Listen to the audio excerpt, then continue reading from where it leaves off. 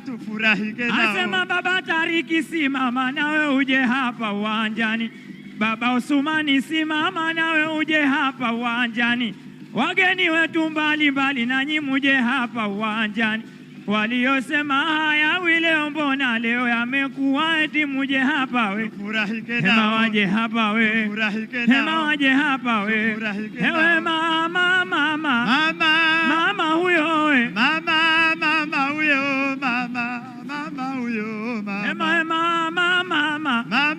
mama Samia we. mama huyo mama huyo Hema Rais wetu we. mama huyo Mama Samia we. mama huyo Unakupenda sana we. mama huyo Haya mnapendeza wakubwa wetu kukaa pamoja vitini. Hongera ujumbe wetu upokee. Sema Mheshimiwa Mama Samia, itizame kanzu yangu jinsi ilivyonyoka. Sema Mheshimiwa Mama Samia we, mie mwanao nisemevo kabla sijaondoka. Itizame kanzu yangu jinsi ilivyonyoka. Maana kanzu yangu mama ukitizama mifukoni kwa hakika ina mashaka. Mana naipeleka viwanda vidogo vidogo vya Amani kuishona hawetaka. Mama naipeleka JKT kuishona hawetaka. Na wauliza kwa nini akanambia kanzu yako hatuishoni mana ina mashaka. Sema na wauliza kwa nini akanambia kanzu yako hatuishoni vo mana ina mashaka. Mama mie mwanao leo nimefurahika vo. Mama nilipokuona anajua kanzu yangu mashaka yataondoka. Mama nilipokuona najua kanzu yangu mashaka itaondoka. Basi mama nitakapokuja hapo unipe shindano na uzi nitashona mwenye nyumbani nikipumzika. Ujumbe wetu upoke. Asema mnapendeza wakubwa wetu kukaa pamoja vitini. Hongera ujumbe wetu upokeni. Asema mnapendeza wakubwa wetu kukaa pamoja vitini. Hongera wewe ujumbe wetu upokeni. Asema mnapendeza wakubwa wetu kukaa pamoja. A big round of applause, ladies and gentlemen. Performance by Kibati. Naomba kiongozi wa Kibati haje hapa aweze kumshikwa mkono na naomba upande hapa mbele. Naomba tuwapigie makofi tena Kibati. All the way from Zanzibar, spicing up this very important conference. Thank you so much. Tunawashukuru sana. Can we kindly take our seats? Your Excellency, allow me now to bring onto the podium Professor Tariq Khan, the President of the World Federation of Neurosurgical Society, for his remarks to be followed by those of Dr. Othman Kiloloma, President of Tanzania Neurosurgical Society. As Professor Tariq is coming, let's extend a warm welcome to him with a round of applause. Karibu. Hard act to follow after the dance. Your Excellency, Samia Hassan, President of the United Republic of Tanzania, Honorable Health Minister, Permanent Secretary, dignitaries, President Tanzanian Neurosurgical Society, Chairman Organizing Committee, distinguished colleagues, ladies and gentlemen, good afternoon. It's a profound honor to stand before you today in Dar es Salaam, Tanzania, a country that represents not only the spirit of Africa, but also a growing commitment to strengthening healthcare systems and advancing equitable care. I would like to sincerely thank Your Excellency the President and the government of Tanzania and the organizers for hosting this remarkable gathering, which brings together global leaders, clinicians, policymakers and partners under one shared vision. We are here today to discuss global neurosurgery, but in reality what we are discussing is something far deeper. We are discussing equity, we are discussing access, and ultimately we are discussing the value we place on human life. Across low and middle income countries, neurosurgical conditions such as traumatic brain injury, stroke, hydrocephalus and tumors are among the leading causes of death and disability, and this too of young people. Yet for millions of people across, access to even the most basic neurosurgical care remains out of reach. It is estimated that over 5 billion people globally lack access to safe and timely surgical care. And in many countries, there is less than one neurosurgeon for an entire population of millions. But beyond these statistics are human stories. Across the world, we see young patients with traumatic brain injuries being transported from one facility to another, often losing precious hours, sometimes their lives, because definitive care is not immediately available. In many places, health systems continue to operate under immense strain. Access to neurosurgical care outside major urban centers is extremely limited, leaving entire populations vulnerable. Across Africa, there are regions where specialized neurosurgical services simply do not exist, and conditions that are treatable elsewhere become fatal realities. These are not isolated challenges. They are symptoms of deeper systemic gaps, and they reflect not only disparities in healthcare, but disparities in opportunity, in prioritization, and in global attention. If we are to change this reality, we must begin with policy, because policy is where priorities are defined, where resources are allocated, and where systems are built. Neurosurgery cannot remain on the margins of national health agendas. It must be integrated into broader frameworks, into universal health coverage, into emergency and critical care systems, and into national surgical plans. We have seen encouraging examples where efforts to integrate surgical data systems and registries have demonstrated how evidence and guide decision-making and improve outcomes. Here in Tanzania, we are witnessing important progress in strengthening training, infrastructure, and national coordination, efforts that are both commendable and essential for long-term sustainability. Yet one of the most critical gaps globally remain the lack of recognition of traumatic brain injury as a notifiable and chronic condition. This is not merely a technical classification, it is a powerful policy tool because what is not counted is not prioritized. Recognizing traumatic brain injury as a notifiable and chronic condition would enable countries to generate reliable data, allocate resources effectively, and plan for long-term care and rehabilitation. It would bring visibility to a condition that has remained far too long under-recognized despite its enormous burden, especially affecting young people. But policy alone is not enough. Progress in global neurosurgery is all being driven by partnerships. No single country, institution, or organization can address these challenges in isolation. What we are witnessing today is a shift from fragmented, mission-based efforts to coordinated system-building collaborations. In Sierra Leone, partnership began between government and international collaborators that helped establish training programs and strengthening neurosurgical capacity. Tanzania, the very structure of this conference, its integration of workshops, public awareness campaigns, and outreach initiatives demonstrates how local leadership supported by global collaboration can create meaningful and sustainable impact. The lesson is clear. Partnerships must evolve. They must move beyond short-term interventions towards long-term co-owned systems that are locally led and globally supported. And despite these challenges we face, there is progress, real measurable progress across LMICs. Neurosurgical training programs are expanding, national societies are becoming stronger, research collaboration is growing. So these examples remind us that change is possible not through isolated efforts, but through coordinated system-level approaches. At the same time, we must remain honest about the challenges that persist. Workforce shortages continue to limit access, and many trained professionals migrate in search of better opportunities. Infrastructure gaps, whether in intensive care, imaging, or operating capacity, restrict what can be delivered even when expertise exists. Financial barriers force patients and families into catastrophic expenditure in many regions, particularly rural and underserved areas. Access remains not just limited but absent. In Guinea-Bissau, for example, the entire population lives without access to specialized neurosurgical services. In Afghanistan, geography and instability further complicate already fragile systems. It requires us to think not in silos but in systems. We must begin by strengthening political commitment, ensuring that neurosurgical care is recognized and essential, not optional. We must integrate neurosurgery into national health strategies and surgical plans. Your Excellency, investing in neurosurgical care is not a luxury. It is one of the most cost-effective investments a country can make.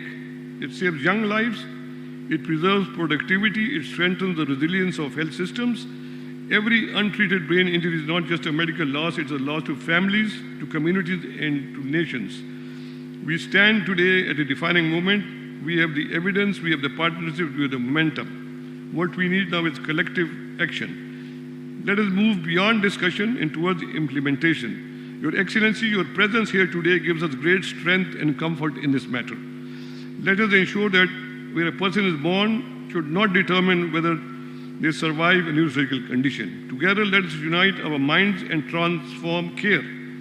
I would request Your Excellency to support the Global Coalition on Traumatic Brain Injuries in co-sponsoring a World Health Assembly resolution for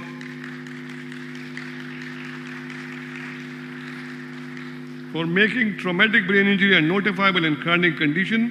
Pakistan, Indonesia, Turkey, Italy are already supporting this resolution. We have a large event on the sidelines of the World Health Assembly in Geneva on 17th May and request the Minister of Health of Tanzania to attend and support that event and the resolution. And I would request the WHO regional office also to be there and help us in this important work. Asanta, thank you.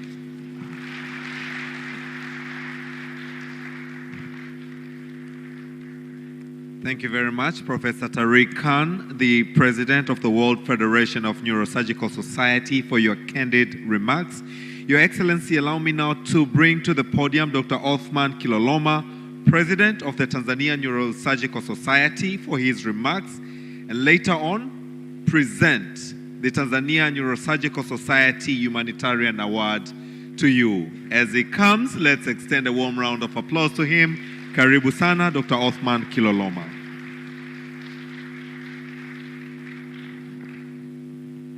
Your Excellency, President of United Republic of Tanzania, honorable ministers, distinguished guests, esteemed colleague, ladies and gentlemen, good afternoon.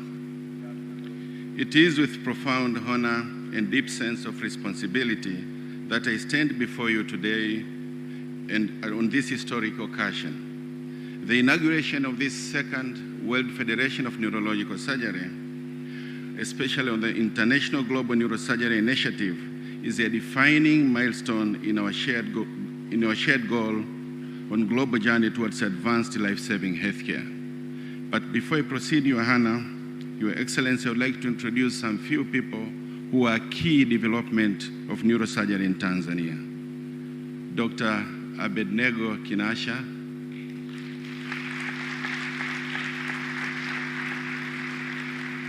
Professor Joseph Kahamba,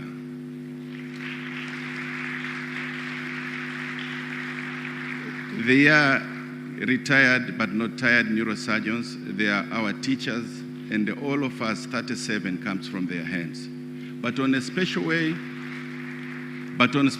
as you understand, we as neurosurgeons, we cannot only study in Tanzania, we have to go outside. So today we have one of my teachers who was a nucleus for neurosurgical training in Tanzania. He was in South Africa, Dr. John Ouma.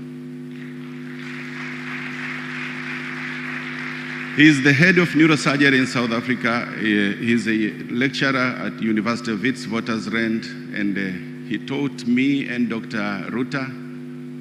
Thank you. Thank you very much, Dr. Ouma. And thank you very much. Your Excellency, your presence here today reflects a leadership that understands a simple but powerful truth. The health of a nation is the wealth of a nation. Today, we are not merely opening a second Wfns Global Neurosurgery Conference, we are opening a future where survival is not determined by geography or distance, and where hope is not limited by access. Your Excellency, this second Wfns International Global Conference was preceded by 3 key pre-conference activities. The first activities which we did was hands-on neurosurgical camps, which was designed to enhance your practical skills and provide direct surgical training experience. The second was a border-border charity walk, which was aimed at community engagement, road safety awareness, and injury prevention advocacy. And the third thing which we did was specialized workshop. This was addressing priority areas that includes research training, neurocritical care nursing, neurorehabilitation, epilepsy surgery, neuro-oncology, and at the same time we had a Boston Declaration. Thank you, Professor Gale, for being here. Thank you very much. So, collectively, these initiatives offered significant opportunities for clinical service delivery, capacity strengthening, multidisciplinary collaborations, as well as exchange of scientific and practical knowledge among participants. Our nurses and doctors from different parts of the country, they attended these meetings, this training, and about 250, they were able to receive knowledge from these workshops. And the pre-conference neurosurgical camps were successfully held in Kilimanjaro Christian Medical Center, Benjamin Mkapa Hospital, and the Muhimbili Orthopedic Institute. And the one which was at Muhimbili, we thank you, Dr. Whitfield, who assisted us with materials, but as well as attending theater. I don't know if Dr. Whitfield is around. Okay. But also, we think we would like to do other additional neurosurgical camps that are planned at Mbeya Zonal Referral Hospital, Iringa Regional Referral Hospital, Mnazi Mmoja Hospital, and the Bugando Medical Center, which this one will ensure continued impact and the sustainability of these efforts. We are sincerely grateful to the leadership and management of this institution for their unwavering support and collaboration, which have been instrumental in the success of these surgical camps and pre-conference workshop. Thank you, Ambassador Dr. Mpoki Ulisubisya, Professor Masenga of KCMC, Professor Makubi, Professor Kamuhabwa, for giving us a space for the pre-conference workshops at MUHAS. Your remarkable effort and coordinations was really appreciated, but as well as other centers which they've done so. Your Excellency, we extend our sincere gratitude to the distinguished local and international faculty, whose expertise, mentorship, and the dedication were vital in success of this program. Their contribution, not only on this conference, but during the different times of neurosurgical training, has strengthened academic excellence and enhanced capacity building and deepened global collaborations. We are thankful to Wfns, Weill Cornell, New York, Professor Roger Hatto, who pioneered the Barrow Neurological Institute, NED Foundations in Zanzibar, Wfns, European Association of Neurological Surgery, Colorado University, Cure International, NeuroKid, and many more. And apology for those which I've forgotten, but we have been working hand in hand.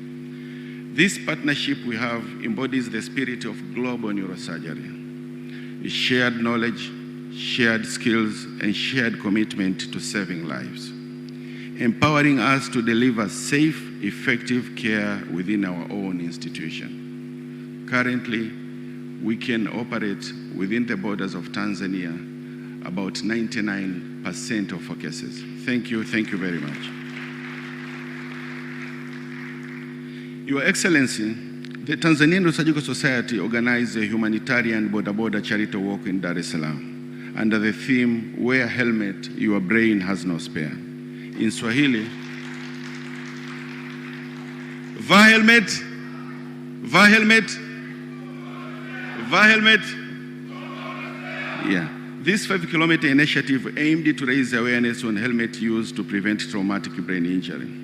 Local data, which are available in our centers, tertiary centers, indicate that 70% of severe traumatic brain injuries are due to road traffic accident, with over half involving motorcycle, and about 30% of these patients die or suffer permanent disability. This is very important. Simply means in every 10, 3 people, they suffer permanent disability or they die. So it's quite a big number. mostly among these individuals aged between 15 to 45 years of age. This is a working group of our families and has a strong socioeconomic impact. Yet, this burden we see is largely preventable. Okay. In response, we neurosurgeons have decided to step beyond the operating room to work alongside the Minister of Health, TAMISEMI, and Tanzania Police Force to promote consistent helmet use and road safety. We have formally, Your Excellency, we have formally registered this charity walk, and this initiative will be done annually. It will be an annual event every year, second week of April. We will go out of theater, take out our theater boots, and walk on the street with our border colleague to let them wear a helmet. Thank you very much, and thank you.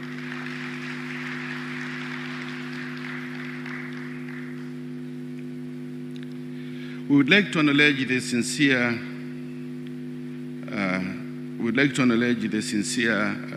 support we received from the government of Tanzania on multiple ways, especially through the leadership of Your Excellency President Samia Suluhu Hassan for continued commitment to strengthening the health sector and improving road safety through sustained investment in health system infrastructure, expansion of diagnostic and critical care services.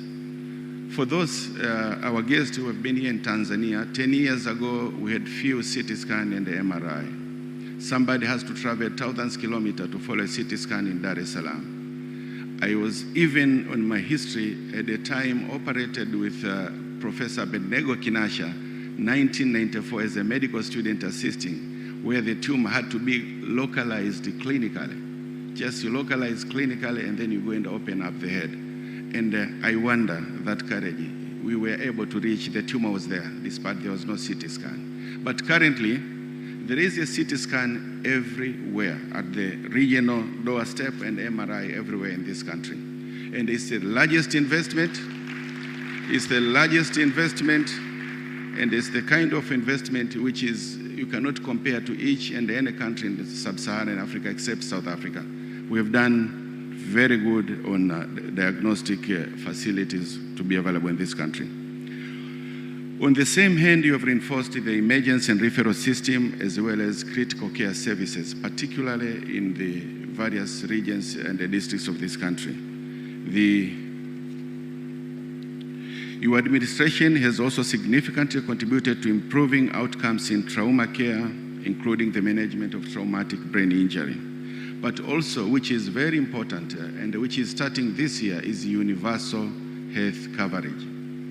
Currently, it's compulsory to this country that everybody should have insurance so that they can receive timely medical services. Thank you very much, Your Honor, for this. Furthermore, ongoing multi-sectoral efforts involving law enforcement and transport authorities to enhance road safety awareness, as well as enforcements towards reducing the burden of preventable head injuries and associated mortality in our country. I would like to bring to your attention also, we at MOI and the various ICU, we are working hard to decrease the 30% which was said. We are working with Professor Hal Mangat. I don't know if he's around.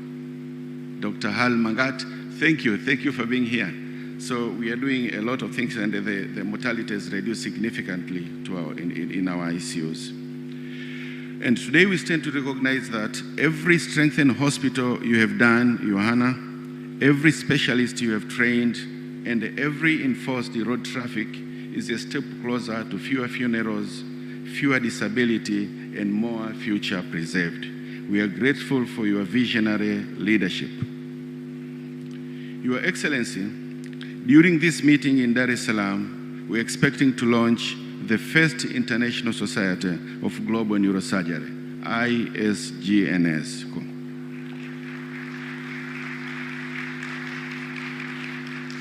It's a global collaboration for equitable neurosurgery with the main aim of advancing safe, timely, and affordable neurosurgical care through education, research, and advocates worldwide.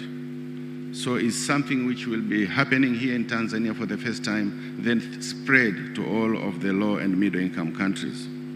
As the great physician Hippocrates once said, wherever the art of medicine is loved, there is also a love of humanity. So thank you very much for establishment of this and for your love to humanity.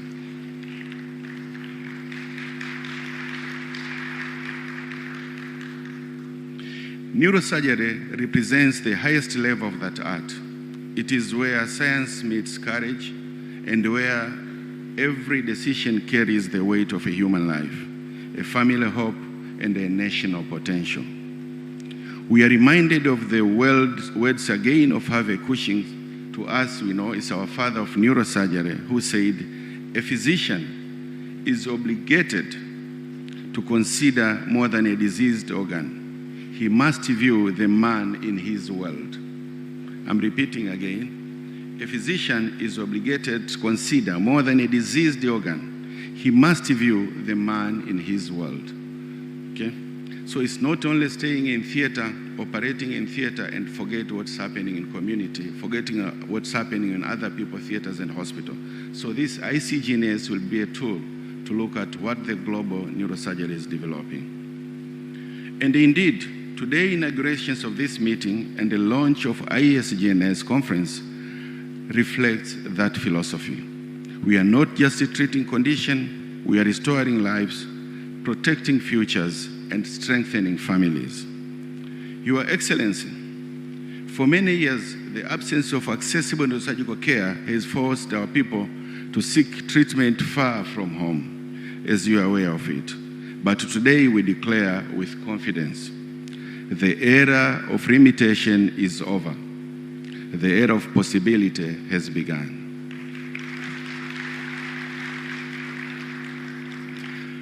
This achievement stands as a testament to visionary leadership and a global resolve. As he has often been said, leadership is not measured by power, but by the lives it transforms. As we have seen from the words from various what we experience in our hospitals, that a lot have changed. So leadership, it means, is what we have changed into lives. So thank you very much, your President. To my fellow healthcare professionals, let's remember, excellence is not an act, but a habit.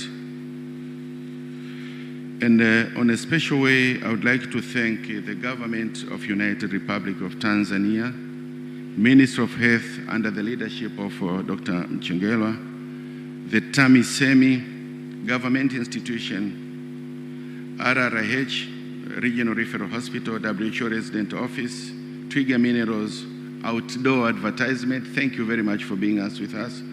Hypermed, Afya Mineral, CRDB, Azikiwe, PPF, Lake Oil, IPTL, and many more. NBC, WCF, MNH, MOI, Benjamin Mkapa, Mbeya Zone Hospital, MSD, CCBRT, TMDA, NHIF. But on a special way, again, Chato Hospital, TTB, MUHAS, Benz Agrostar. Benz Agrostar, this is an agricultural company, but has been supporting us. It was under the leadership of the Honorable Mwalunenge. Thank you very much for being with us all this time. Mr. Azim Dewji, on behalf of Tanzania Surgical Society, we thank you very much for being with us. Your Excellency, on behalf of the members of Tanzania Neurosurgical Society, we respectfully draw your attention to one critical structural challenge which affects timely neurosurgical care in Dar es Salaam.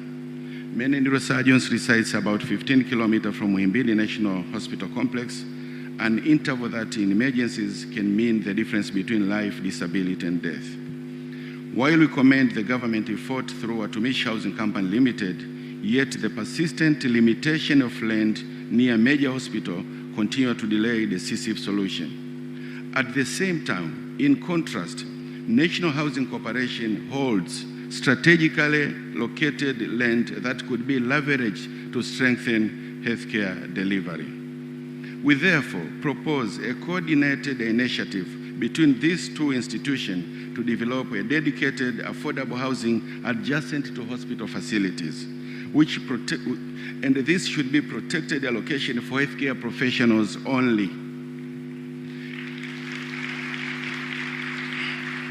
As a pilot study, we suggest approximately 100 residential units on what we call neurosurgical tower at Upanga as a scalable national model, that after building that, it goes to another country, starting with the major regions. This is not merely a housing solution, it is a life-saving investment that will improve emergency response, clinical outcome, workforce retention, and overall healthcare system. Your Excellency, we have a lot, but we will establish it and we will present it to Minister of Health. But Your Excellency, distinguished guests, allow me to conclude with this powerful reflection. Saving one life is as if saving all of humanity. Together, we are not only advancing medicine, we are advancing humanity. Thank you very much.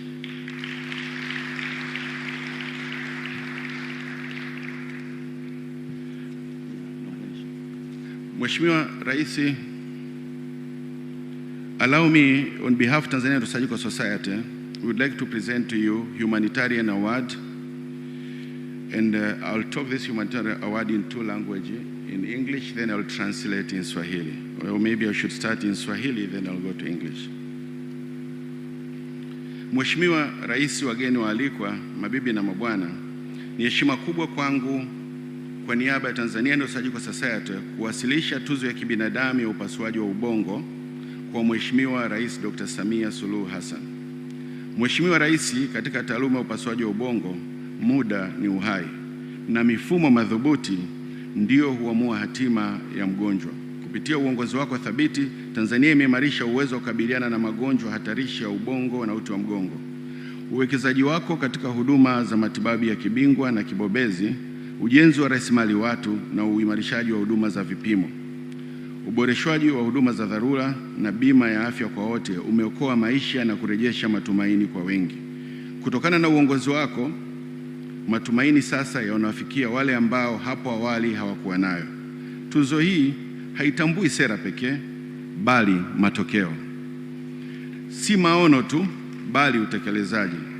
Umeonyesha kuwa uongozi wa kweli unaweka utu wa binadamu katikati ya maendeleo ya taifa. Kwa niaba ya chama cha wataalamu wa upasuaji wa ubongo na mgongo, tunakutambua na kukushukuru kwa mchango wako mkubwa wa ubinadamu. Ni heshima yangu kubwa kukukabidhi tuzo ya binadamu ya upasuaji wa ubongo. Hongera sana Mheshimiwa Rais. Yeah? Okay. Yeah.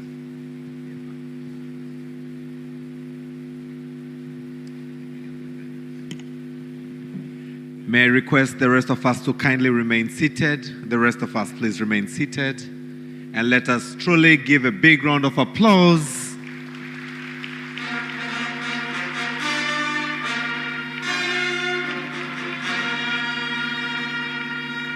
the Tanzania Neurosurgical Society Humanitarian Award presented to Dr. Samia Suluhu Hassan. Another big round of applause, ladies and gentlemen. Asante sana, Dr. Othman Kiloloma, President of the Tanzania Neurosurgical Society, for your remarks as well as the presentation of the Tanzania Neurosurgical Society Humanitarian Award to Our Excellency Dr. Samia Suluhu Hassan. Most of you may still be wondering, this award, why Your Excellency? Your Excellency, allow me now to request that the audience witness the works that you have done, that you have deserved this award. And this is just the tip of an iceberg.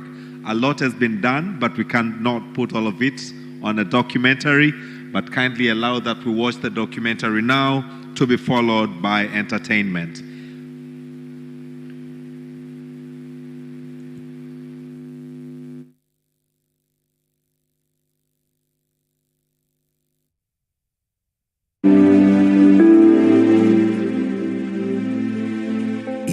To East Africa, a quiet transforming is unfolding. A transformation not measured in promises, but in life saved, system strengthened, and hope restored.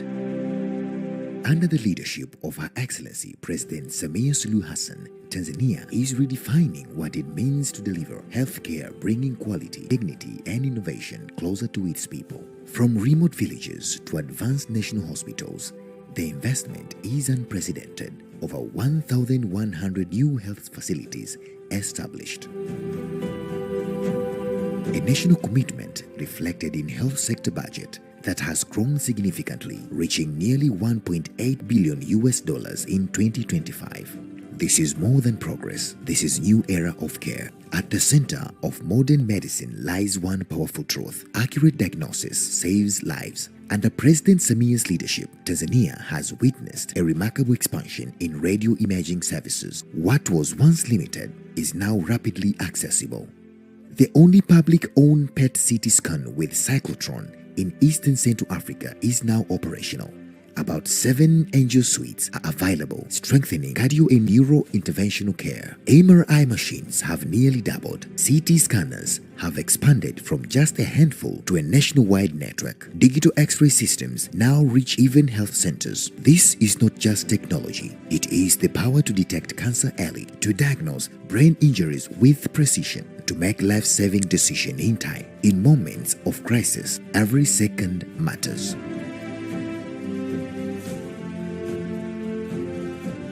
Recognizing this, the 6th phase government has transformed emergency preparedness and response systems.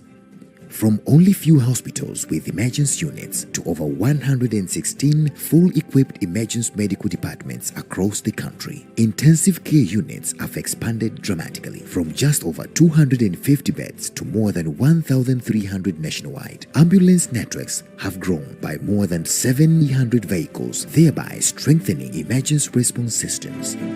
Today, whether in urban centers or remote communities, Tanzania stands ready to respond, to save lives when it matters most. True transformation goes beyond infrastructure. It is built on people. Tanzania is now home to a growing number of highly skilled specialists, once scarce, now expanding in expertise. At the Jakaya Kikwete Cardiac Institute, advanced cardiac procedures are saving lives across the region. At Benjamin Mkapa Hospital, specialized services including kidney transplant and diagnostic continue to expand. At Ocean Road Cancer Institute, cancer treatment is becoming more accessible and effective. Strategic zonal referral hospitals now provide neurosurgical coverage to nearby countries, ensuring regional health diplomacy. At the leading national institute like Muhimbili Orthopedic Institute, complex brain and spine surgeries are performed with precision and confidence. Procedures that once required costly travel abroad are now successfully conducted within the country. Through strategic investment and government-sponsored training, a new generation of specialists is rising. Tanzania is no longer a nation that refers patients abroad. It is a nation that treats, heals, and leads. With growing excellence, Tanzania is emerging as a destination for medical tourism and health diplomacy. International patient numbers are rising, a testament to trust, quality, and affordability. Tanzania is no longer just serving its people, it's serving the region. The vision is clear: health services that reach the people, not the other way around. A system built on equity, innovation, and compassion. Under the leadership of President Samia Suluhu Hassan, Tanzania's health sector is not just growing, it is transforming lives. A legacy not defined by structures, but by dignity, strength, and smiles of the health nation.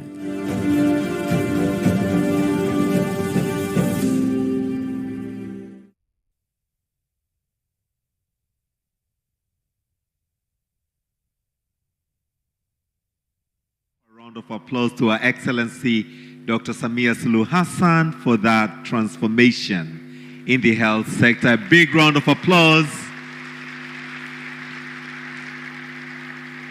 Makofi mengi kwa tuzo aliyoipokea kwa mabadiliko kwenye sekta ya afya. Asante.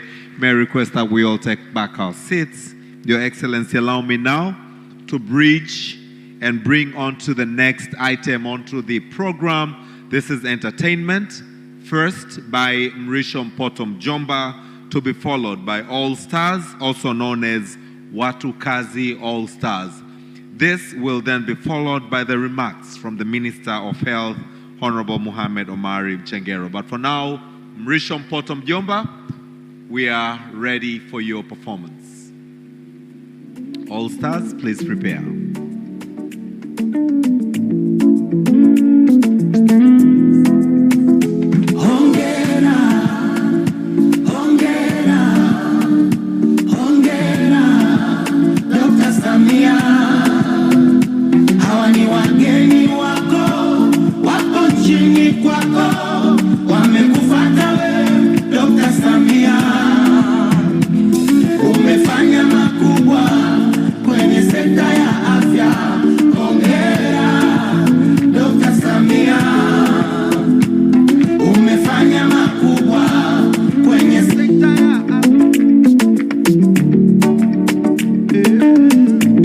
Kofi moja moja kwa Dr. Samia, tuimbe korasi hiyo kwa pamoja. Hongera, hongera Dr. Samia, hawa ni wageni wako, wapo nchini kwako, wamekufuata we Dr. Samia, umefanya makubwa kwenye sekta ya afya.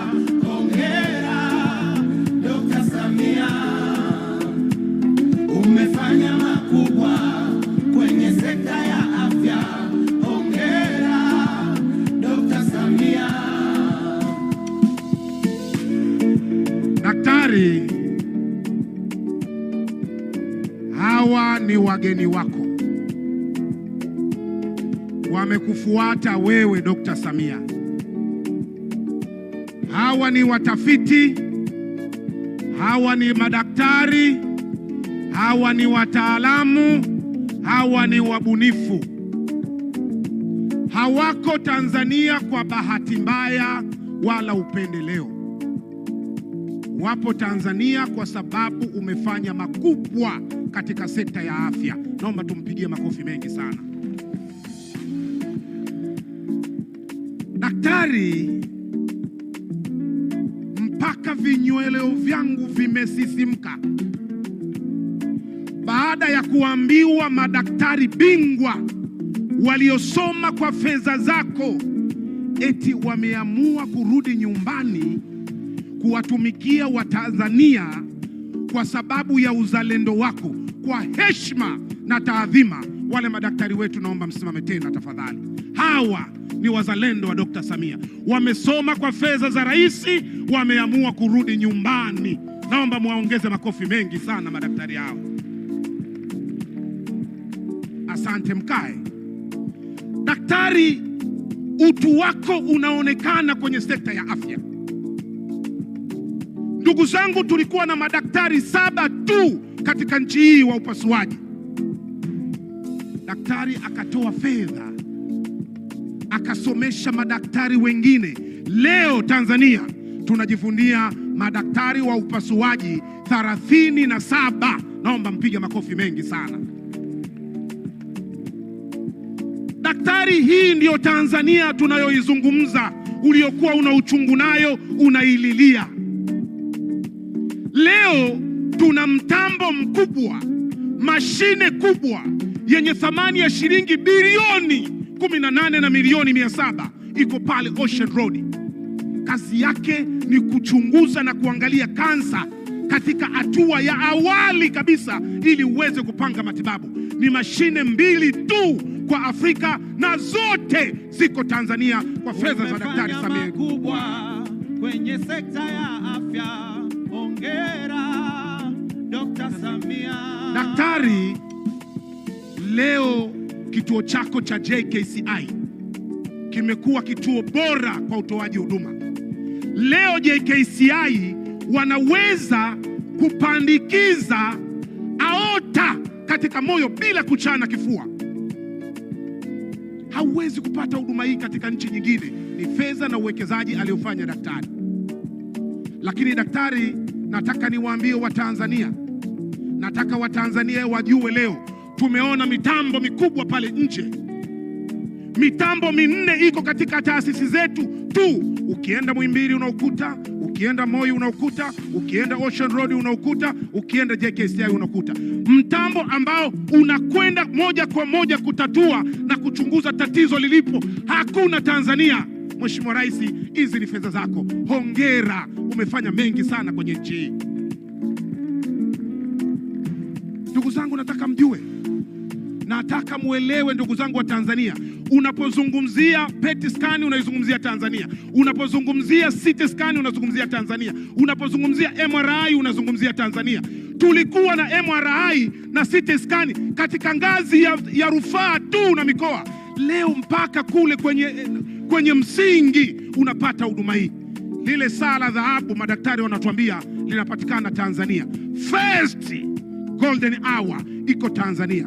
Mheshimiwa Rais, wa Tanzania wajue, ili uweze kuokoa maisha ya mtu, lisali moja la kwanza ndio linahitajika. Watu walikuwa wanatoka kilomita kadhaa kufuata huduma, walikuwa wanapoteza maisha njiani. Leo kwenye ngazi ya msingi katika nchi hii unapata saa la dhahabu la kwanza. Makofi mengi na vigeregere kwa Dr. Samia Suluhu Hassan.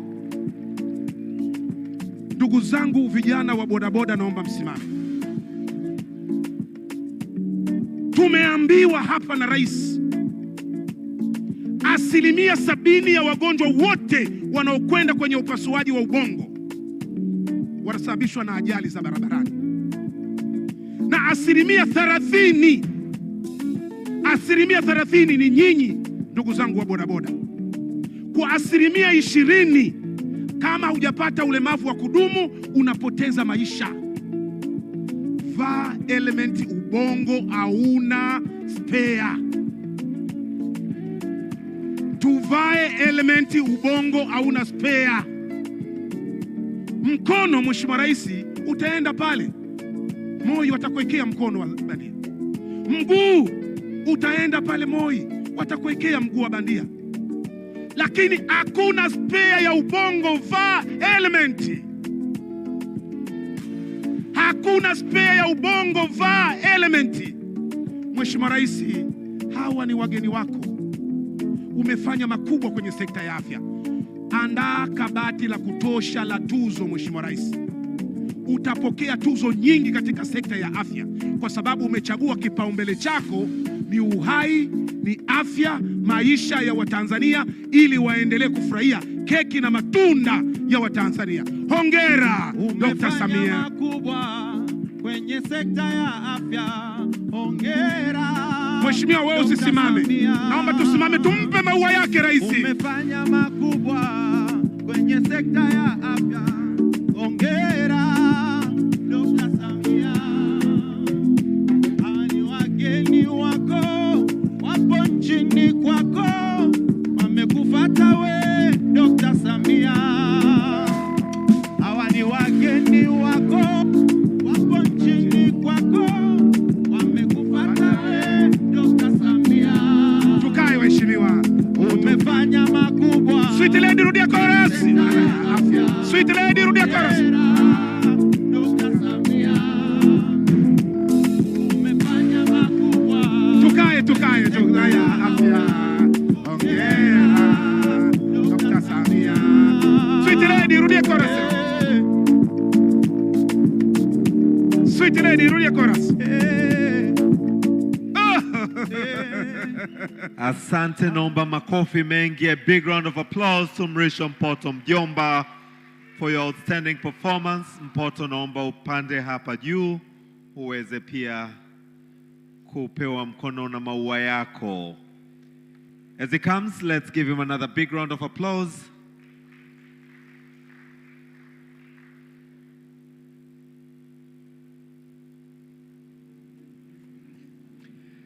Your Excellency, as I am about to bring all stars, please come for the next performance. May I request you to continue to recognize in the midst the presence of Honorable the CCM Dar es Salaam Region Secretary representing the Chairman.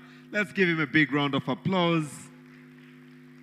Katibu wa CCM mkoa wa Dar es Salaam akimwakilisha mwenyekiti wa CCM Mkoa wa Dar es Salaam has also been able to join us, representing the chairman of CCM in the Dar es Salaam region. Your Excellency, up next is All Stars with a very special song that is featured on this very important occasion. All Stars, we are ready for your performance. DJ Sweet Lady.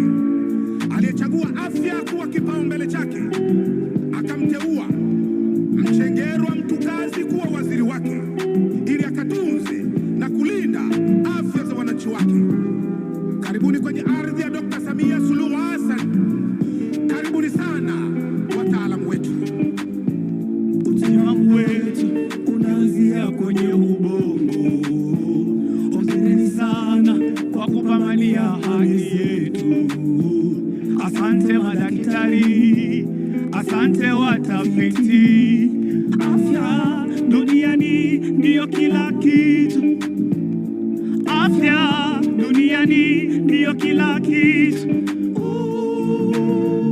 Hongera Rais wetu wa nchi ya Tanzania kujadili changamoto zinazokabili katika nchi zinazoendelea.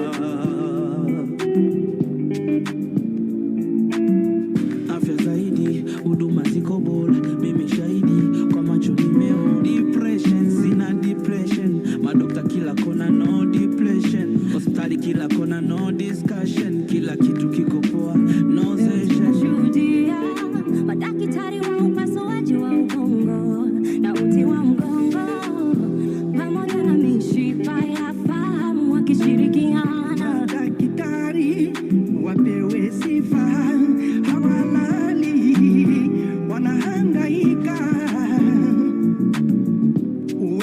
bila kutumia ubongo.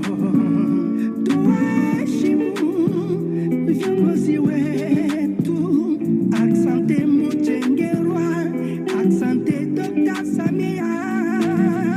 Imani yao ipo kwa jamii, juhudi zao twaziona pia. Tuna imani na madaktari wetu wa Tanzania.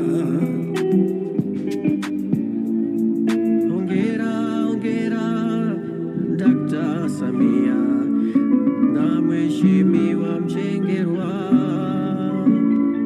Tanzania tupo tayari, binadamu ni utu wetu, tuheshimu kila mtu. Asante sante chalna hai, asante sante chalna hai. Napowaona madaktari bingwa, walimu na watafiti wakisimama kwa umoja wao, moyo tatabasamu, kila ubongo sasa utapona. Moyo tatabasamu, kila ubongo sasa utapona. Asante madaktari, asante watafiti, sababu kila wazo kubwa duniani linaanzia kwenye ubongo. Duniani linaanzia kwenye ubongo. Asante. Heshima kwa sayansi. Asante. Umoja, muungano, ushirikiano wa kimataifa. Umoja, muungano, ushirikiano wa kimataifa.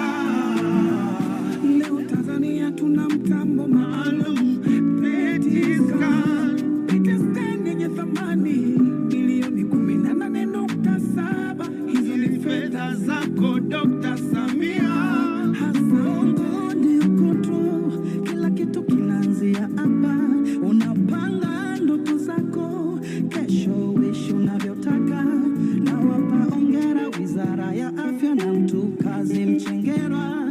Hongera, hongera Dr. Samia.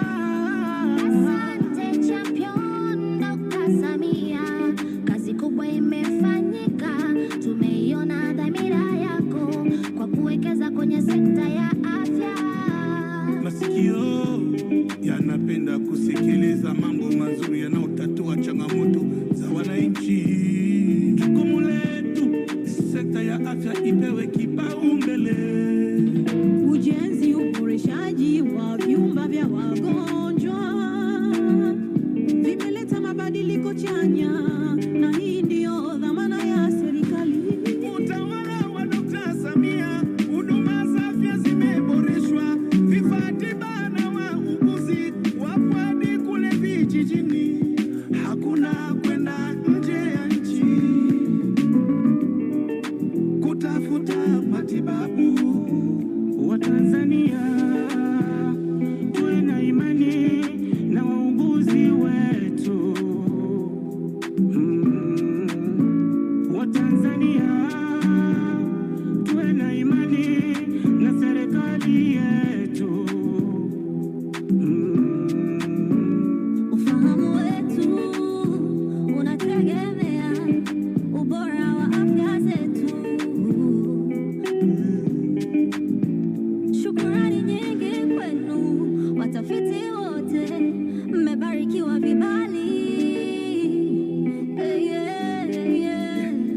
MRI zinawaka, ICU zimejengwa, wataalamu wameongezeka, vifaa tiba vipo vya kutosha. Asante daktari, asante mama Samia, asante watafiti, sababu kila wazo kubwa duniani inaanzia kwenye ubongo. Duniani inaanzia kwenye ubongo. Asante, heshima kwa sayansi.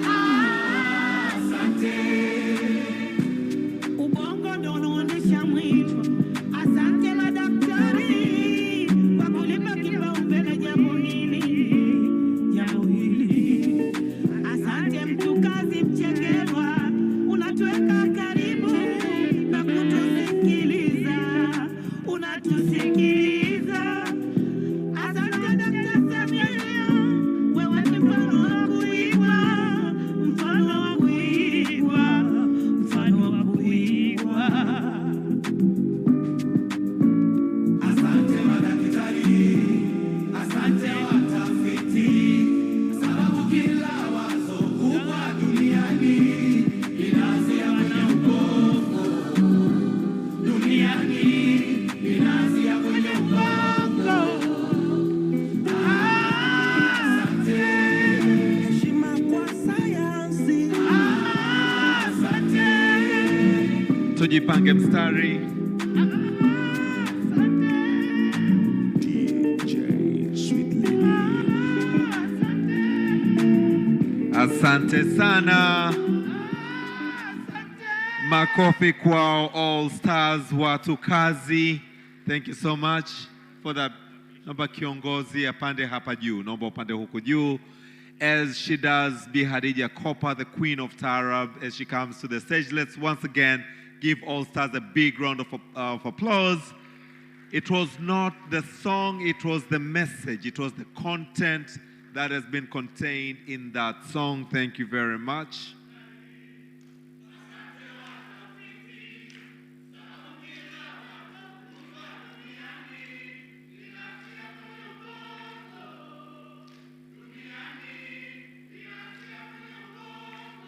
Asante all stars. Watu kazi, tunashukuru sana. Your Excellency, before I invite Honorable Minister of Health, who will then invite you to speak, allow me, in a very special way, to thank all our sponsors who have made this event a great success. After I've mentioned the entire list, then we shall clap for them. Hypermed, Azania Bank, Barrick, Twiga, Lake Energies, Azim, NBC Bank, Sierra DB Bank, MSD, TMDA, ORCI, NHFI, NHIF, CCBRT, Mission Brain, WHO, Denk Pharma, Philips Pharma, Flying Doctors Dares, TRA, Kusum Pharmaceuticals, Benz AgroStar, RRH, All National Specialized and Zonal Hospital, Professor Tariq Khan, Professor Key Park, and all other esteemed sponsors. Can we all give them a big round of applause for their support? Your Excellency, allow me now to invite onto the podium Honorable Mohamed Omar Mchengera, the Minister for Health, for his remarks and extend an invitation to you to address this audience. As he comes, let's give him a big round of applause. Karibu sana, Mheshimiwa Omar Mohamed Mchengera.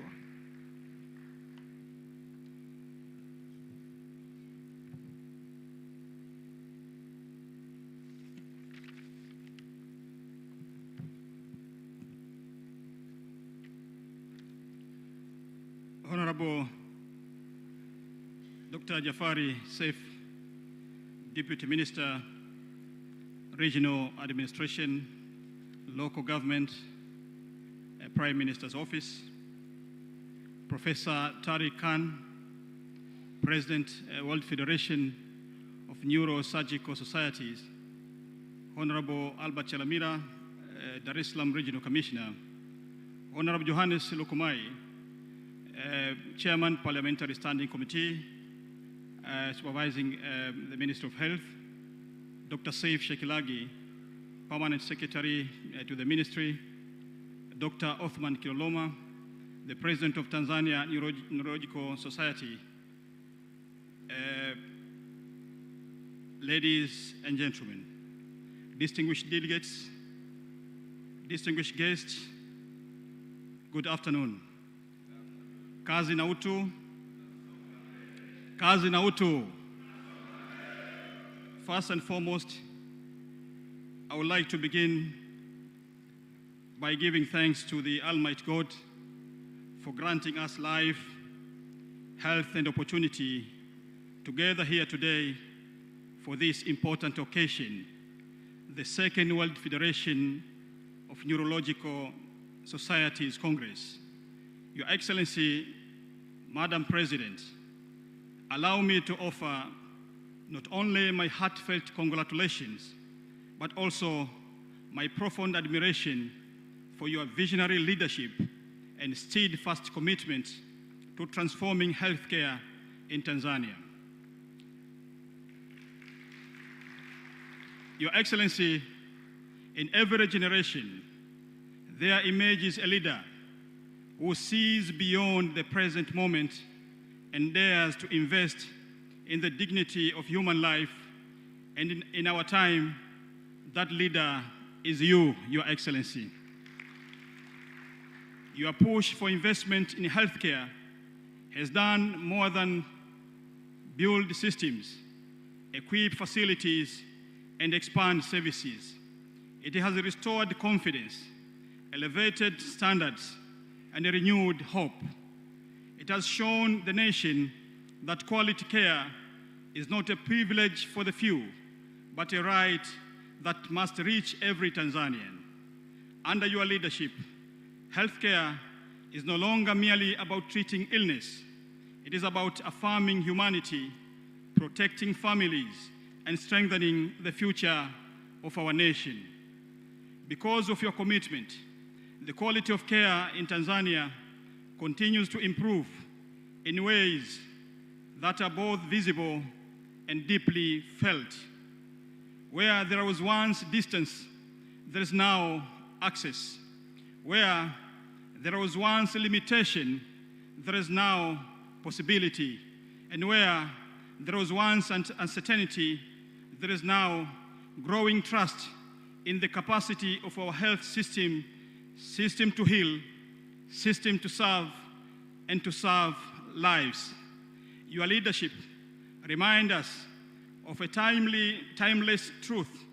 A nation is strongest when it safeguards the health of its people. And indeed, when a president invests in healthcare, she is not merely funding hospitals, she's investing in hope, dignity, and the destiny of generations. I also wish to express my sincere gratitude to the Tanzanian Neurosurgical Society for recognizing and honoring the remarkable efforts of Our Excellency in strengthening our healthcare system, particularly in advancing specialized medical services such as neurosurgery.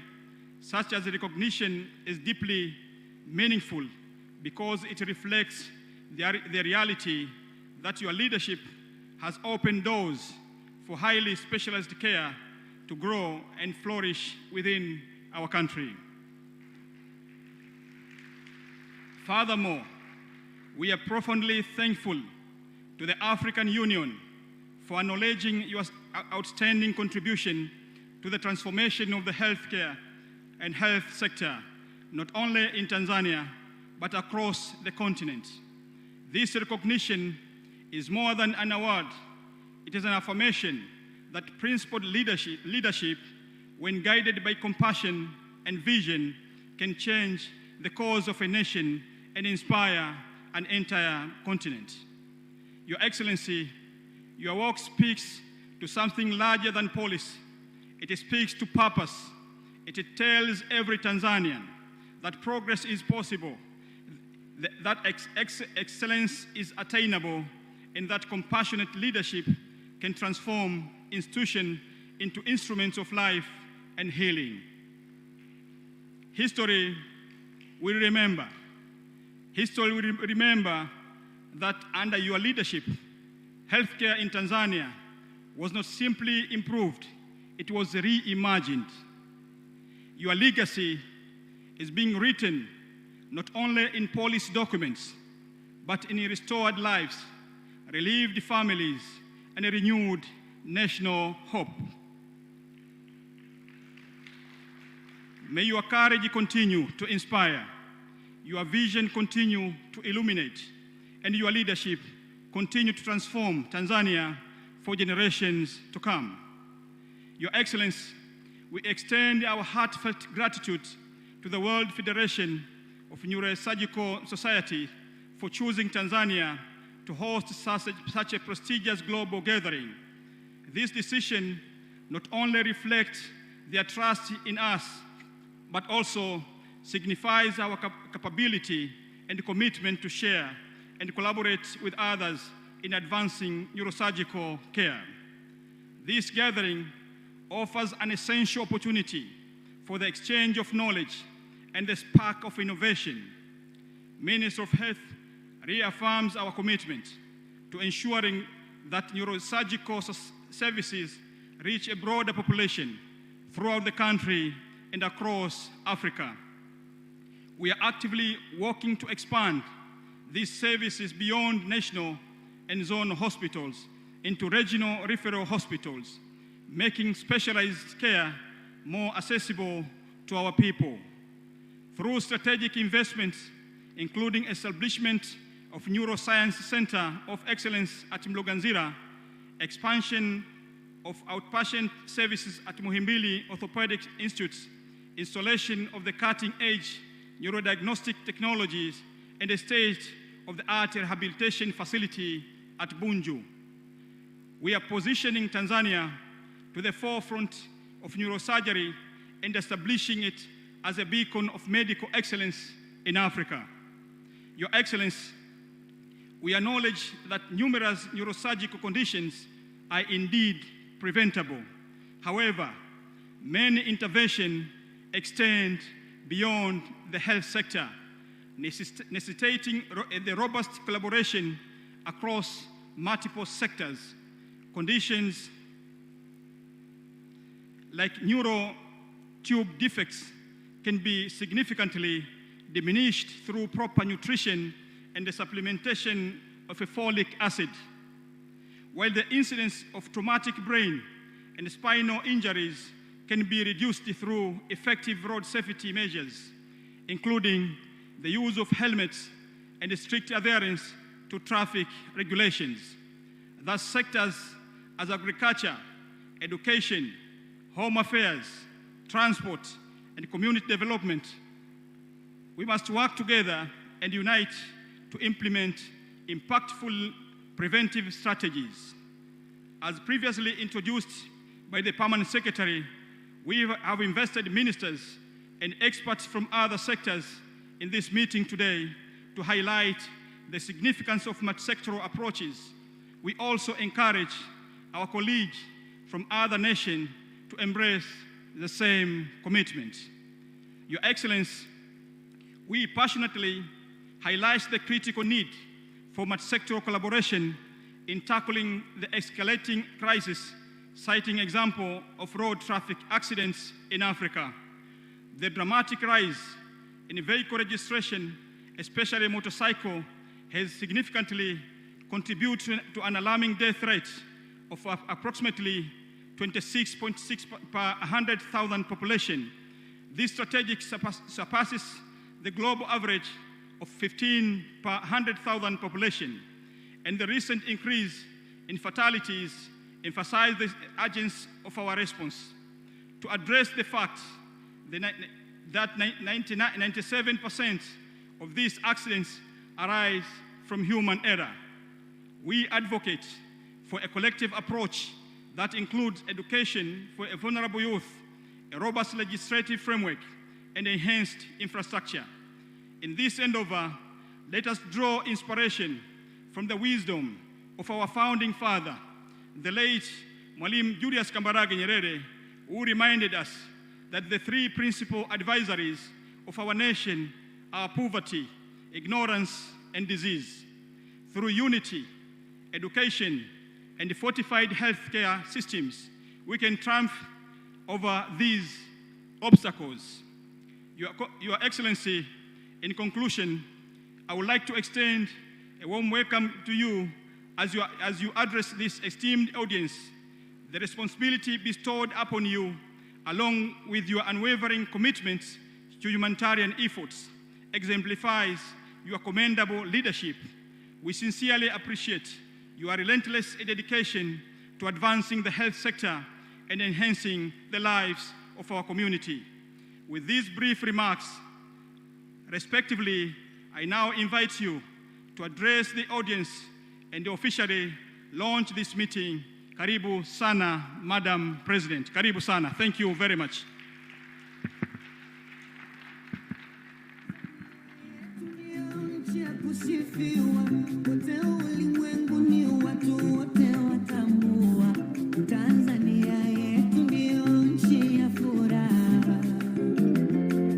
Please be seated. Thank you.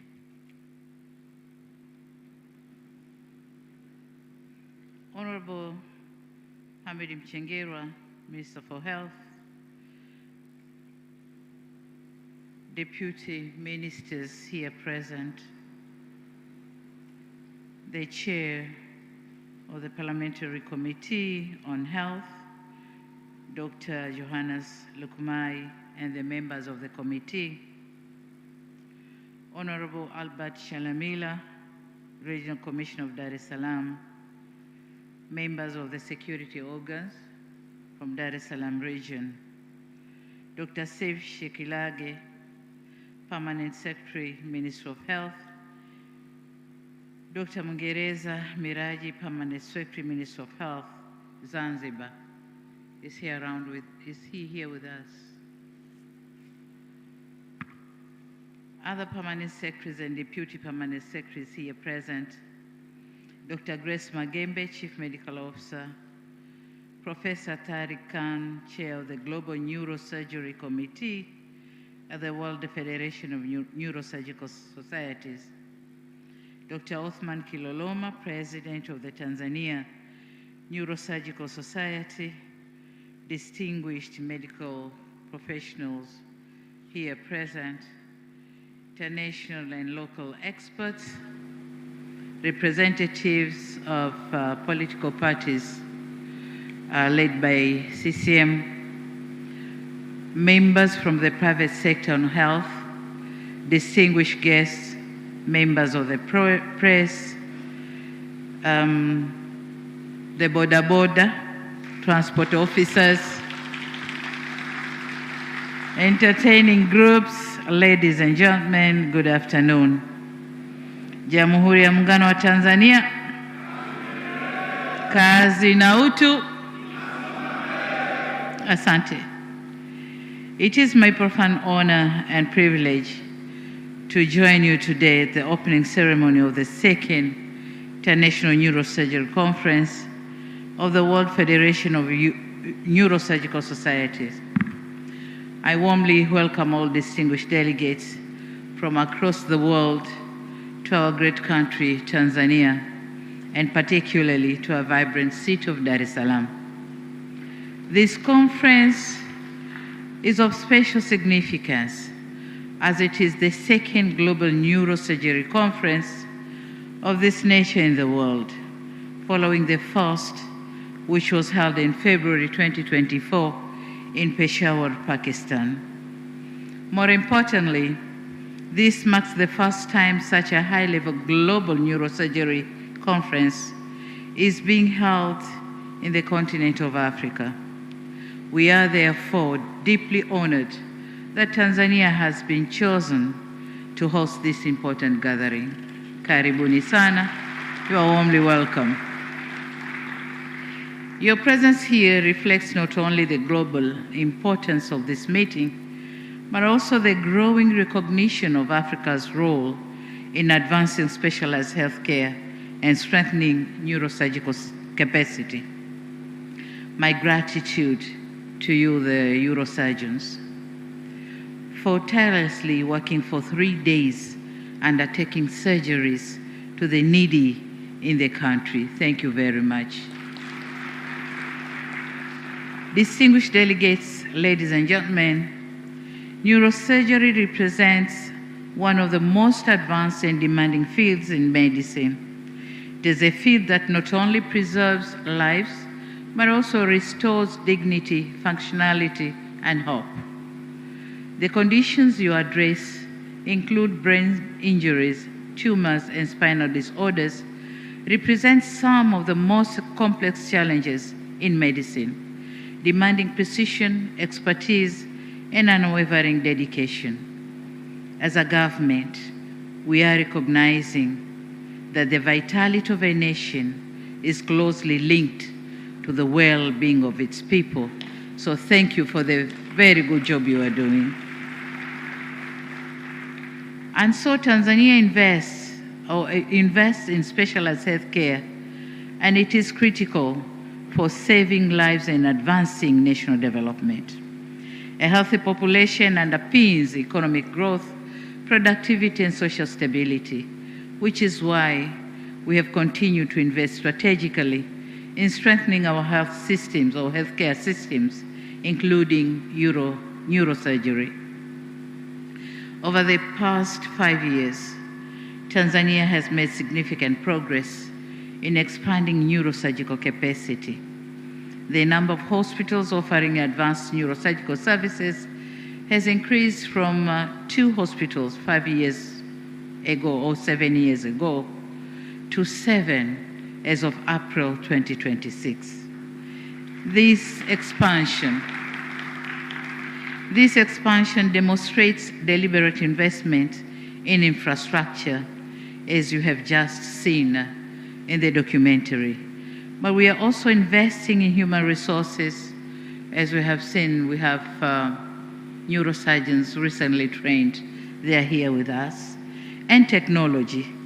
And this entails that the country has transited from limited neurosurgical capacity to run more robust, localized, and sustainable systems of excellence. These investments are also contributing to increased surgical volumes and improved patient outcomes across the country. We have also strengthened our surgical workforce, of which the number of surgeons across all specialties has increased from 1,038 in 2020 to 1,580 in April 2026, representing an increase of 542 additional surgeons. During the same period, the number of neurosurgeons in the country has tripled from 12 to 37, out of which 7 are women.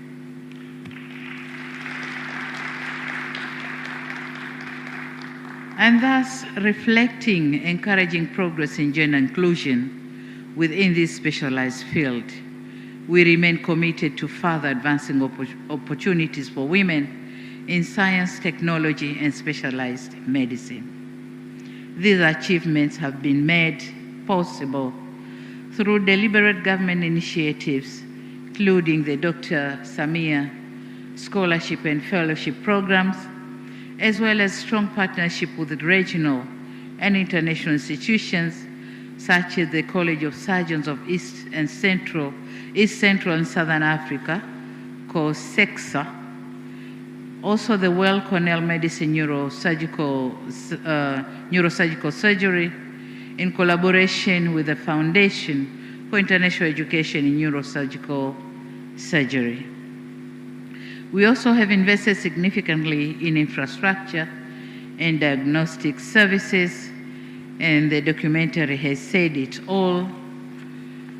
And this making Tanzania among the few countries in Africa with this advanced diagnostic capability. In addition, MRI machines have increased from 7 to 14, CT scans from 12 to 97, and digital X-rays from 147 to 457 across public and private facilities. Furthermore, the government has invested in expanding facilities such as the Muhimbili Orthopedic Institute, MOI, outpatient department, and reduce congestion and improve access to specialized care. Despite this progress, significant challenges remain, and this conference is for exchanging ideas, expertise, but also come up with some innovations. So I'll touch on some challenges which Tanzania is still facing. Tanzania, like many other low and middle income countries, continue to face a growing burden of neurological conditions. Road traffic injuries remain a major contributor, as it has already been said. Tanzania records on traffic mortality exceeds 32% per 100,000 population, higher than the African region average of 26% per 100,000 people. The non-communicable diseases and also neurotube defects estimated between 9 and 30 cases per 10,000 births, alongside stroke and trauma-related brain injuries, continue to place pressure on our healthcare systems. So this is the situation in Tanzania, and I hope this gathering is going to help us with some solutions. These challenges are further compounded by global shift in development financing, reduction in donor funding, changing global priorities, and geopolitical developments. They have affected healthcare financing in many developing countries, including our own Tanzania. We are aware that realities require us to strengthen domestic resources mobilization and adopt innovative financing approaches. And so we are vigorously working on that. In light of these realities, Tanzania remains firmly committed to advancing neurosurgical care and strengthening specialized healthcare services. First, by expanding investment in human capital development through specialized training programs, scholarships, and international partnerships to increase the number of neurosurgeons and other specialized professionals or professions. Second, by enhancing infrastructure and technology, we are equipping referral hospitals with advanced neurosurgical facilities and expanding telemedicine services to strengthen consultation and care delivery. Telemedicine equipment has already been deployed in all tertiary hospitals and the majority of regional referral hospitals, enabling consultations virtual support, improved access to specialized care, and reduced cost, particularly for underserved communities. Third, by advancing innovative financing mechanisms. Tanzania is implementing universal health insurance to widen access to specialized care, including neurosurgical services. We are also strengthening the procurement pool for medical supplies through the Medical Stores Department to reduce costs and improve efficiency. In addition, we are promoting public-private sector partnership and encouraging investment in pharmaceutical manufacturing and health services delivery to strengthen sustainability. Our focus is sustainability. And fourth, we are modernizing data systems and digital health infrastructure, including the expansion of comprehensive electronic medical records, such as the Government of Tanzania Hospital Management Information System, or GOTHOMIS, to improve clinical decision-making, strengthening health system efficiency, and support research and innovation. These systems will also enhance advanced digital technologies, including machine learning, to improve delivery of super-specialized healthcare services. Distinguished guests, ladies and gentlemen, it suffices to say that this conference provides a valuable platform for sharing knowledge, strengthening collaboration, and advancing innovation in neurosurgery. Governments around the world depend on the experts such as yourselves to guide policy, improve systems, and enhance patient outcomes. I encourage you to use this opportunity to exchange experiences, build partnerships, and develop practical solutions to improve neurosurgical care, particularly in low and middle-income countries. To our international guests, I also invite you to experience Tanzania beyond this conference. I'm told you will be here for the whole week. So while working on the conference, let me tell you that Tanzania is home to the world-renowned attractions, including Mount Kilimanjaro, Serengeti National Park and Ngorongoro Conservation Area, and the historic stone town of Zanzibar. Even the name Zanzibar is very romantic, isn't it? Zanzibar, very romantic. We invite you to explore our country and experience the warmth, hospitality, and rich culture or cultural heritage of the Tanzanian people.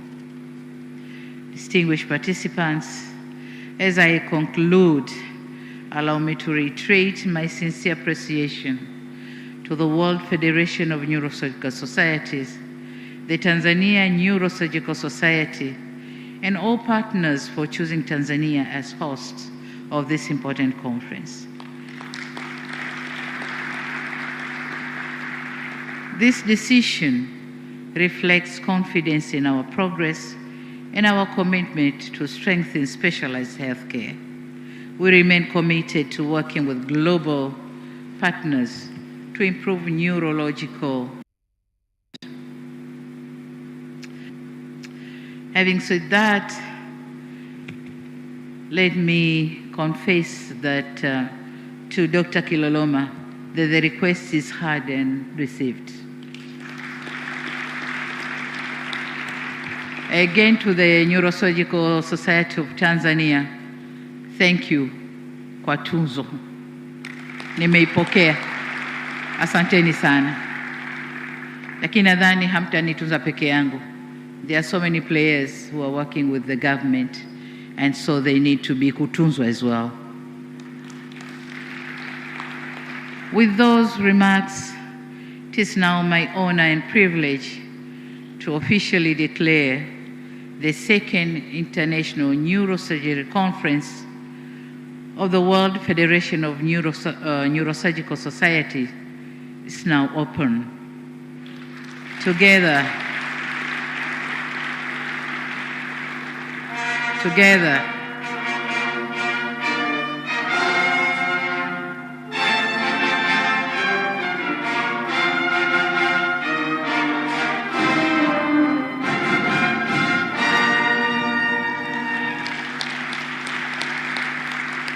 Thank you, Police Band.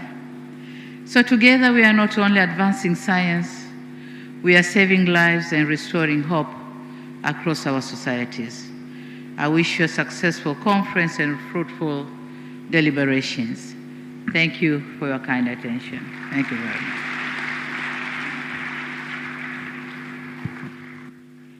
Can we have a bigger round of applause to our guest of honor, Excellency Dr. Samia Suluhu Hassan. Thank you so much for that wonderful speech. Kindly take your seats. Your Excellency, may I request you that you accept we take a few photos to remember this auspicious event and then allow you to proceed onto the program. Believing that I have your permission, allow me now to bring onto the stage. May I call onto the stage all international delegates. Please come through my side and we shall exit through the right-hand side. Please remember as you come to hold your ID badge, not hang it on your neck, but hold it. Yes, please come. And please don't bring your handbags. Naomba tunapokuja kupiga picha tuwe tumevishika vitambulisho vyetu, lakini pia please don't bring your handbag or any carry on. Thank you so much. In the meantime, Tanzania Neurosurgical Society, please prepare. First is all international delegates.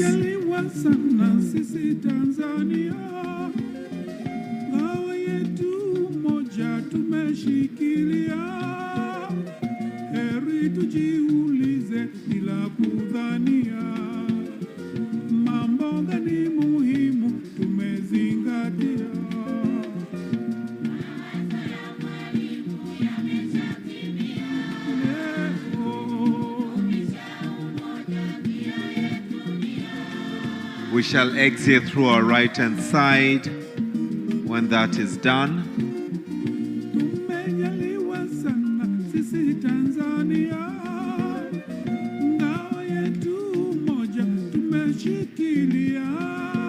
Hold on.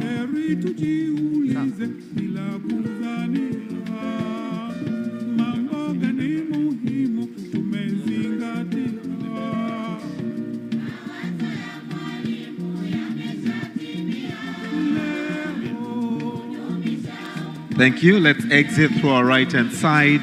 Can I have the next batch of international delegates? Please. If we can speed up. Time is of great essence. May I request the Tanzania Neurosurgical Society to come closer.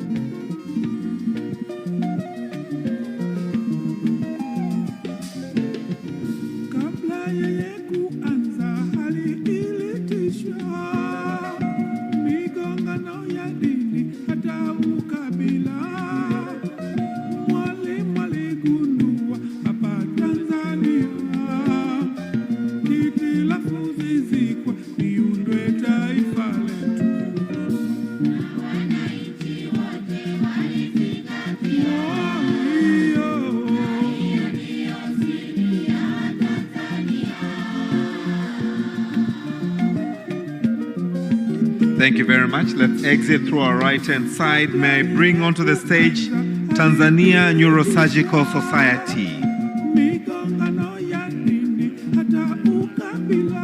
Mheshimiwa mgeni rasmi, Your Excellency, hili ndilo jeshi lako la Tanzania. Naomba tuchangamke kidogo na baada ya hapo tutashuka tuwaache akina mama peke yao. Women specialists to follow. But now, Tanzania Neurosurgical Society.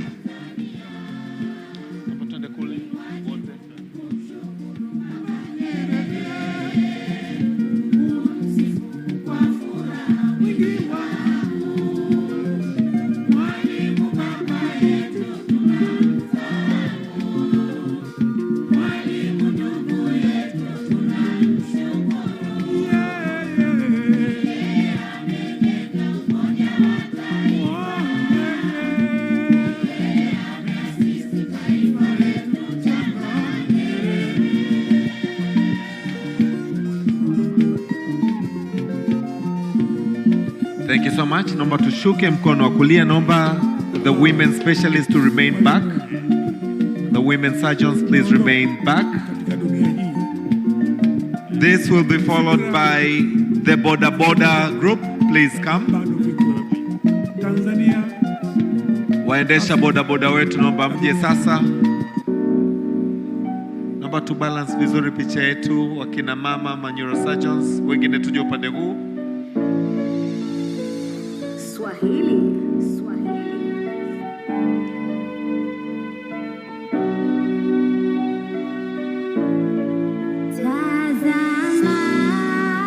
Boda, asante, thank you so much.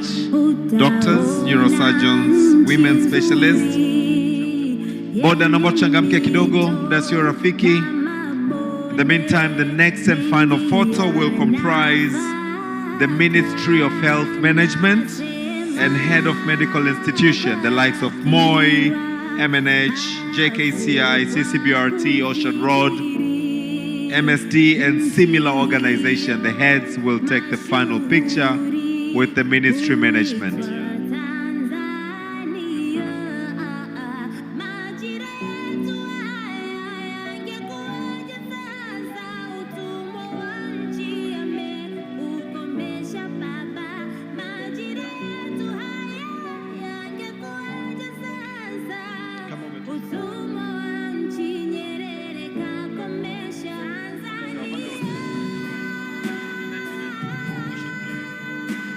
Na tuna kauli mbiu yetu, tutasema vaa helmet,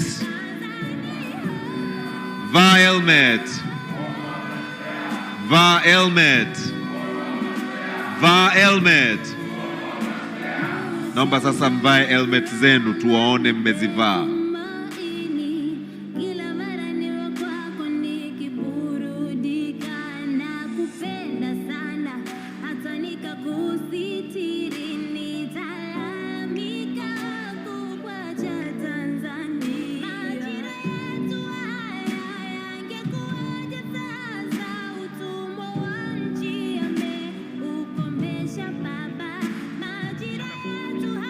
Asante, naomba tushuke kwa mkono wa kulia. Asante, naomba picha ya mwisho sasa ni management ya wizara na wakuu wa taasisi MOI, MNH, JKCI, CCBRT, Ocean Road, MSD na taasisi zilizo chini ya wizara.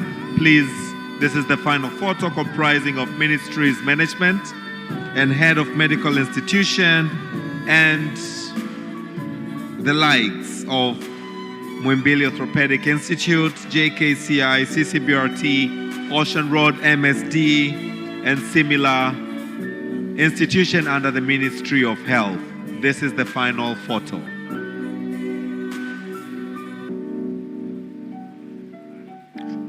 Wakati huo niombe brass bands tujiandae baada ya hii picha tuweze kumruhusu kiongozi. After this photo, I will request we will all be upstanding.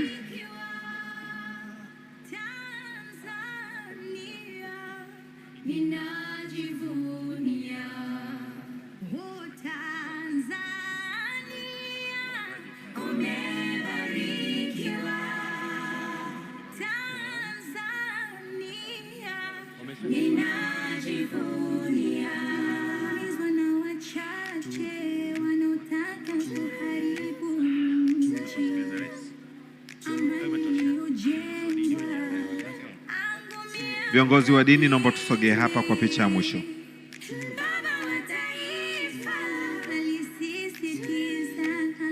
Asante, let's exit through the right hand side. Naomba tushikie mkono wa kulia. Viongozi wa dini.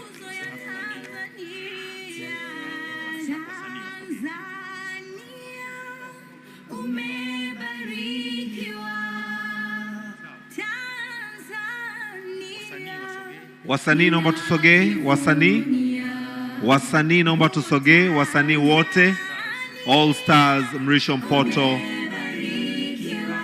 Kibati. Naomba tuchangamke kidogo, picha inayofuata ni ya kwetu.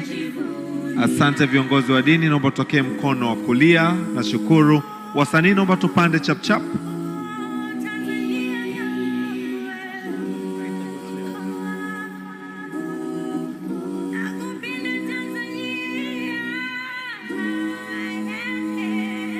Wasanii naomba tuchangamke kidogo.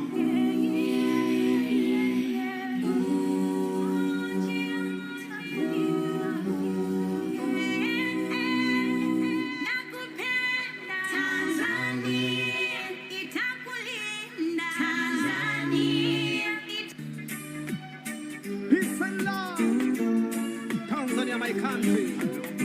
Nakiri uzuri wako, pia natumia fursa hii kusema na wewe. Sikia sauti ya misuli Bob Hyson Sweet K Double B pamoja kwa love.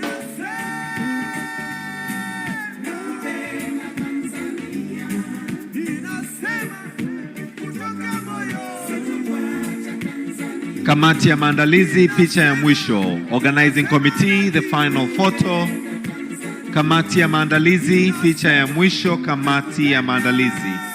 Naomba tuchangamke kidogo, naomba tuje kwa haraka kidogo. Kamati ya maandalizi.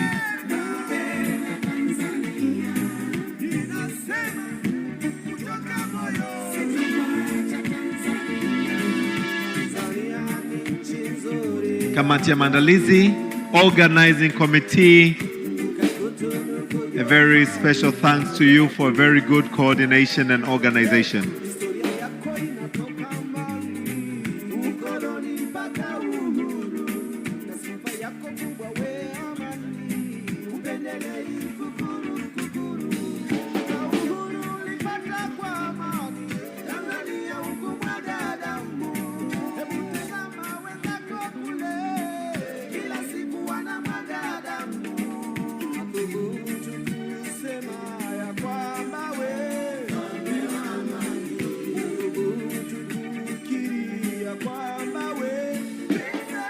Brass band. Tusubiri kidogo, bado tayari. Asante, naomba tutokee mkono wetu wa kulia. May I now request everyone to please be upstanding. Can we all please rise? Let's put our hands together to thank the guest of honor for making time to be with us.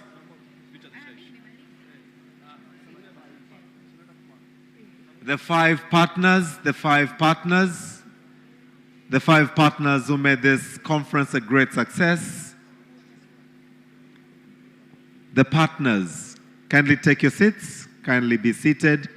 The five partners, this is the final special photo.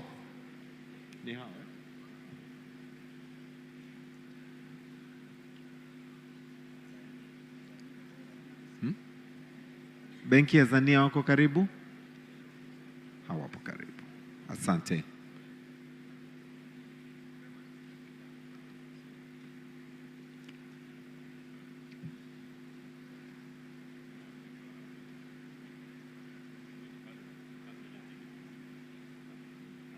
Asante, can we all please rise?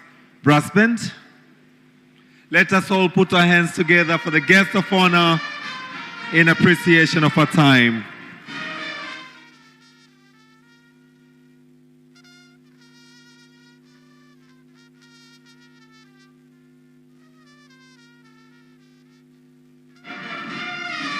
Let's take our seats.